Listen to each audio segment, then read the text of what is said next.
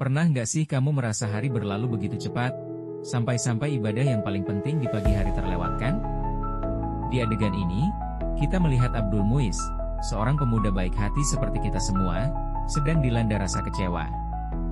Lihatlah jam dinding itu, waktu subuh sudah lewat. Raut wajahnya mencerminkan penyesalan karena lagi-lagi bangun kesiangan. Ini adalah masalah yang mungkin pernah kita alami juga, kan? Yuk, kita cari solusinya bersama. Sebelum mencari solusi, kita perlu tahu dulu akar masalahnya.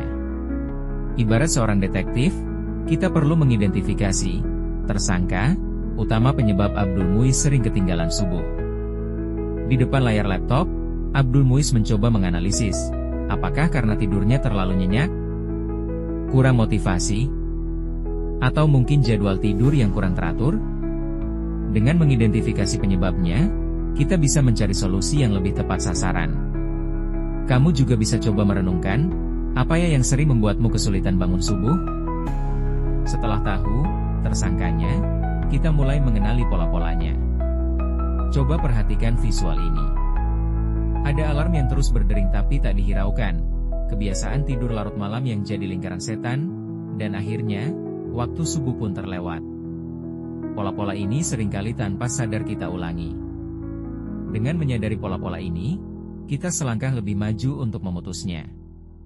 Kamu bisa melihat pola apa saja yang mungkin terjadi dalam keseharianmu? Sekarang, saatnya kita menyederhanakan masalah dan fokus pada intinya. Abdul Muiz mencoba membuat gambaran besar solusi.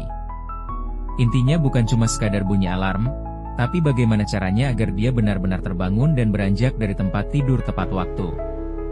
Kita perlu sebuah sistem yang bekerja secara keseluruhan, bukan hanya satu cara saja.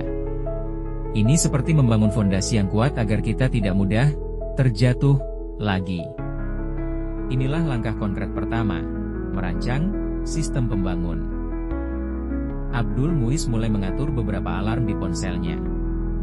Bukan cuma satu, tapi beberapa dengan waktu dan bunyi yang berbeda. Ini adalah strategi berlapis untuk memastikan dia tidak lagi kebal terhadap suara alarm. Kamu juga bisa mencoba strategi ini. Atur alarm di beberapa perangkat atau dengan nada yang benar-benar membangunkan. Alarm pertama berbunyi. Tapi seringkali, kita punya jurus andalan, mematikannya tanpa sadar dan kembali terlelap. Nah, di adegan ini, Abdul Muiz menerapkan sistem verifikasi. Alarm kedua dia letakkan agak jauh dari tempat tidur. Mau tak mau, dia harus beranjak untuk mematikannya. Langkah kecil ini sangat efektif loh. Dengan bergerak, tubuh dan pikiran kita akan lebih mudah terbangun. Setelah berhasil bangun dan mematikan alarm kedua, langkah selanjutnya adalah membatalkan niat untuk kembali tidur.